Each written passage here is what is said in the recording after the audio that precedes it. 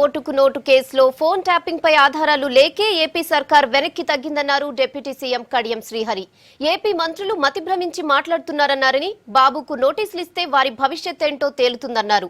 విభజన చట్టంలో ఏ అంశాన్ని ఉల్లంఘించామో ఏపీ సర్కార్ చెప్పాలని డిమాండ్ చేశారు కడియం. చంద్రబాబు నాయుడు గారి టెలిఫోన్ ట్యాప్ చేసిండ్రు, మా మంత్రుల ఫోన్లు ట్యాప్ చేస్తున్నారు, మా అధికారుల ఫోన్లు ట్యాప్ చేస్తున్నారని చెప్పే ఆంధ్రప్రదేశ్ ప్రభుత్వం కానీ ఆంధ్రప్రదేశ్ మంత్రులు కానీ ఈ రోజు వరకు కూడా ప్రజల ముందు సాక్ష్యాలు ఎందుకు పెట్టలేకపోతున్నారని నేను అడుగుతున్నా. మీ దగ్గర సాక్ష్యాలు ఉంటే ఎందుకు వాటిని బయటపెట్టడం లేదు?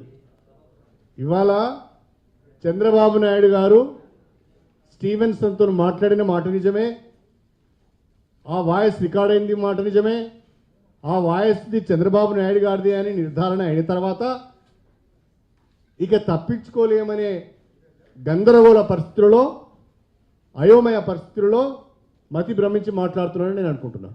వాళ్ళు కళలలో వేరిస్తున్నారు.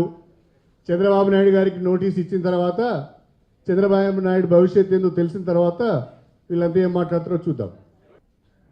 ఏ విభజన చట్టంలో ఉన్న ఏ అంశంను ఉల్లంఘించామో చెప్పితే దానికి సమాధానం ఇవ్వడానికి సిద్ధంగా ఉన్నాం.